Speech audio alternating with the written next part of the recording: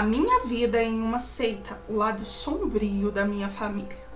Oi Mariana, eu espero que você esteja bem. Eu vou pedir mais uma vez aqui para que você deixe meu nome em anônimo, por favor, claro. E se acaso houver outros, estarão trocados. Mas eu vou tentar não colocar nenhum. O que eu vivi não tem nada a ver com fantasma, nem com o sobrenatural assim extremo como a gente vê nos seus relatos, mas tem tudo a ver com fanatismo, manipulação e abuso. E bom, com algo que até hoje eu não sei explicar direito. Eu cresci numa família muito rica, nunca faltou comida, roupa, brinquedo, nada.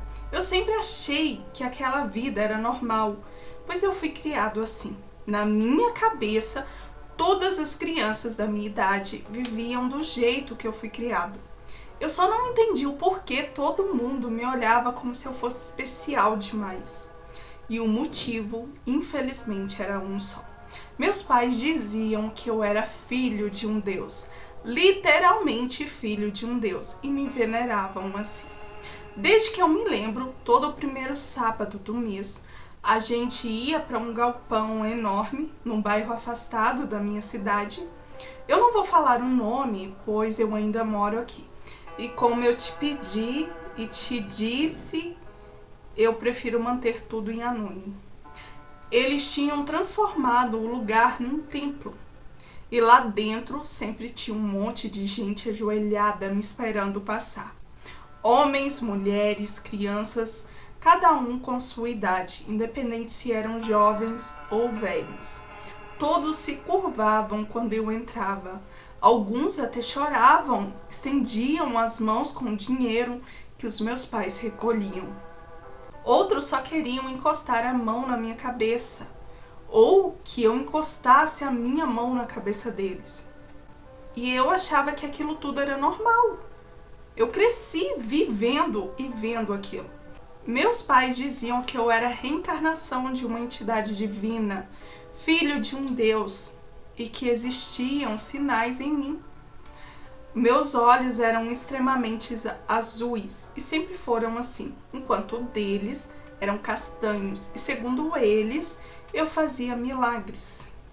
A história que eles contavam para justificar tudo isso era absurda. Diziam que quando eu tinha uns 2 anos, eu toquei na cabeça de uma senhora que tremia muito por causa da doença de Parkinson e que ela parou de tremer na hora. Eu nunca me lembrei disso. Aliás, hoje eu sei que isso nunca aconteceu. Era mentira deles. Mas aquela mentira foi suficiente para eles inventarem ali uma seita me usando. E as pessoas, infelizmente ingênuas, acreditavam. Aos poucos, o galpão começou a encher mais e mais. E o meu pai e a minha mãe começaram a cobrar para me ver, para me tocar, para me ouvir. Para você ter uma noção de o quão doente eles eram, aos meus 11 anos, eles me fizeram deitar com uma mulher bem mais velha. Ela deve que tinha de 30 a 40 anos, dizendo que após o ato, entre nós dois, ela ficaria fértil e poderia engravidar do marido. Algumas pessoas passavam a mão nas minhas partes íntimas, dizendo que era para ter fertilidade. Outras colocavam a mão na minha cabeça, dizendo que era para ficarem inteligentes. Vocês têm noção da loucura que era isso para um garoto de 11 anos? Eles vendiam bênçãos, consultas, rituais, e eu era o centro daquilo tudo. Eu era criado dentro de casa, sem contato com ninguém. Não ia à escola, eu não sabia nem direito como que era o mundo lá fora. Praticamente eu só era tirado de dentro de casa para poder ir a esse galpão. Eu não podia ter amigos, não podia ver TV, eu não podia fazer nada. Hoje eu entendo que eu era um prisioneiro, um escravo. Eles diziam que o mundo não entenderia a minha missão e que eu tinha que me manter puro. Fui crescendo, sendo mimado e vivendo naquele mundo preso, completamente alienado. Mas quando eu fiz 13 anos, alguma coisa em mim mudou. Talvez fosse a minha adolescência gritando dentro de mim. ou a minha consciência mesmo. Eu comecei a reparar também nas brigas dos meus tios com os meus pais. Eles ficavam indignados com o jeito que eu era tratado, pois eles me tratavam como um objeto sagrado. Eu não entendia nada nessa época, mas isso plantou uma pulga atrás da minha orelha. E, gente, eu quero deixar claro aqui mais uma vez, eu fui criado assim. Eu não tinha acesso às pessoas, eu vivia preso dentro de casa, eu não tinha contato com o mundo lá fora. Eles me proibiam de tudo. Eu não sabia o que era certo ou o que era errado. E depois de ouvir muita coisa, eu comecei a ficar rebelde. Eu simplesmente parei de querer ir para o tal templo deles. E aí, Mariana, a parte da história começa a ficar um pouco mais pesada do que já é. Meus pais, eles surtaram. Disseram que se eu não fosse, eu ia perder tudo. As roupas caras, videogame, comida boa. Eles ameaçavam tirar o pouco que eu tinha. E aí eu percebi que tudo aquilo que eu achava que era amor, na realidade era moeda de troca. Eu fazia o que eles queriam e eles me davam o que eu queria. Só que eu fiquei firme. E com o tempo eu comecei a reparar em outras coisas que antes eu não enxergava. Algumas pessoas que eles diziam que eram curadas por mim já tinham passado pela nossa casa antes. Eu via meus pais pagando alguns deles e eles mentiam para tirar dinheiro das outras pessoas. Eu via gente combinando falas, ensaiando desmaios, fingindo cegueira. Era tudo mentira, uma farsa. E eu não era assim o que eles falavam, eu não curava ninguém.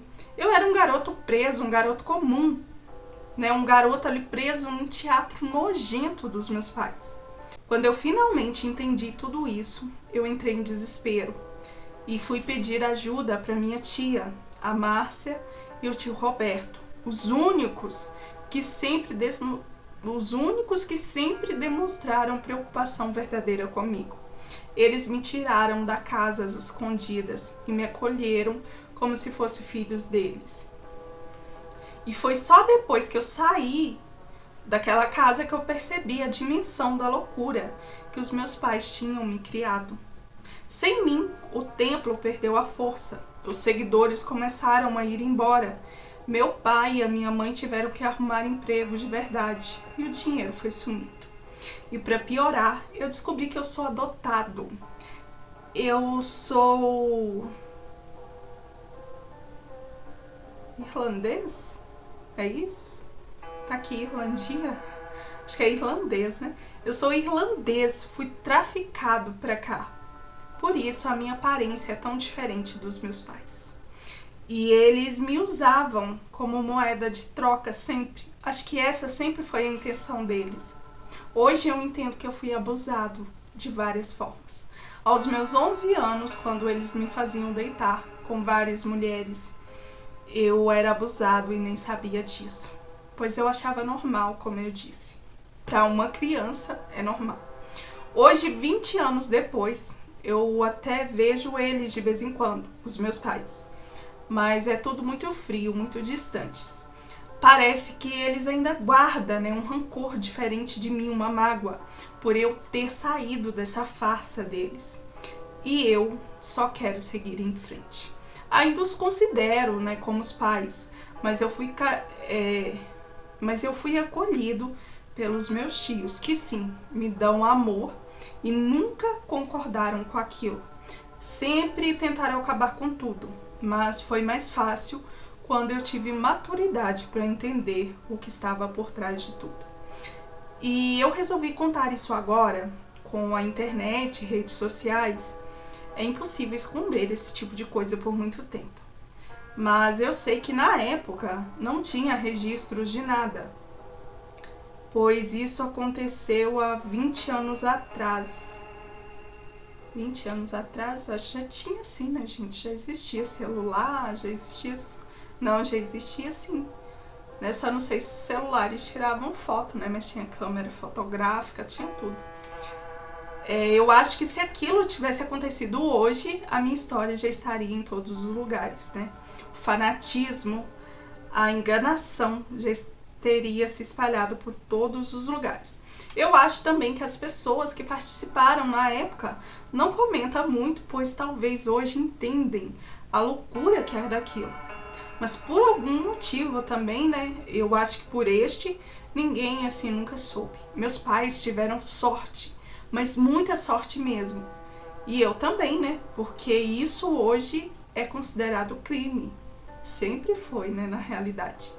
E até hoje eu não sei o que é pior, ser tratado como um deus por mentirosos ou perceber que eu cresci acreditando na pior mentira que uma criança pode ouvir.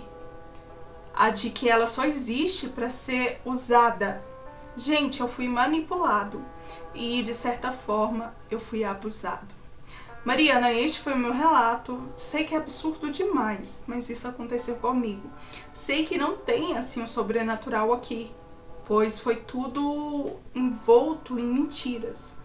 É sempre bom poder desabafar. Muito obrigada, um beijo pra você e mais uma vez me mantenha anônimo, ok?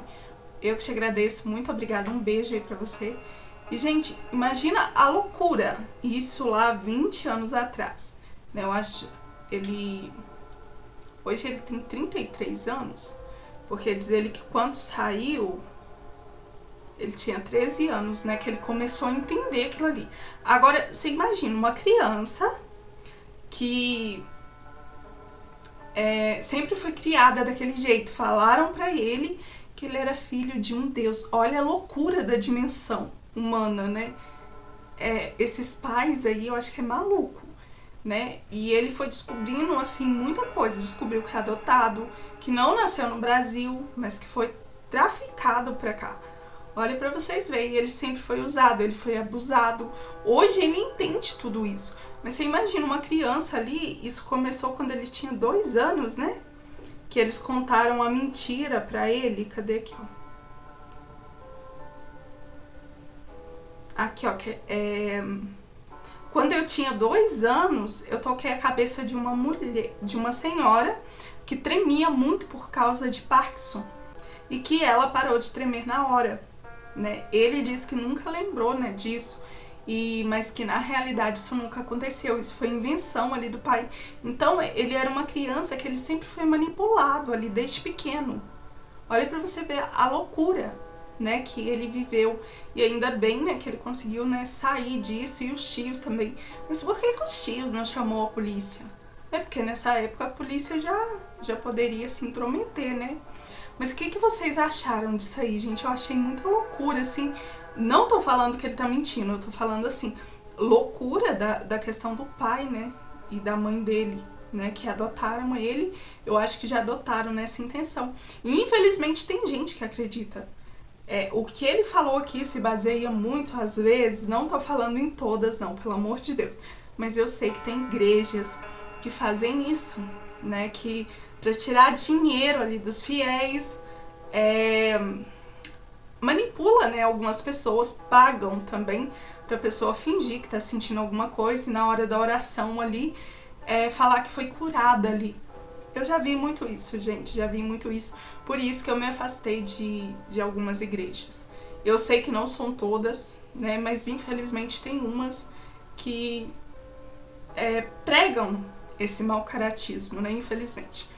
E isso aqui me fez lembrar isso, porque talvez as pessoas iam lá precisando de uma cura e aí eles só tiravam dinheiro das pessoas.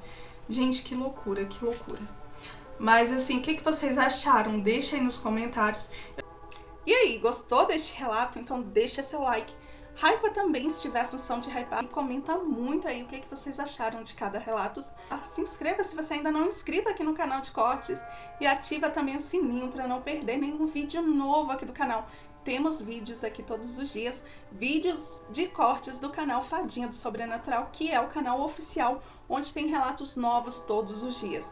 Se você quiser se inscrever lá, o link tá aqui, ó, na descrição do vídeo. Se inscreva lá também e se inscreva aqui também e deixa seu like. E se quiser me enviar um relato seu, o e-mail também tá aqui na descrição. É sobrenaturaltube18@gmail.com. Me envia lá que eu conto no canal oficial e depois eu trago aqui. No mais é isso, meu muito obrigada a cada um de vocês. e um beijo pra vocês.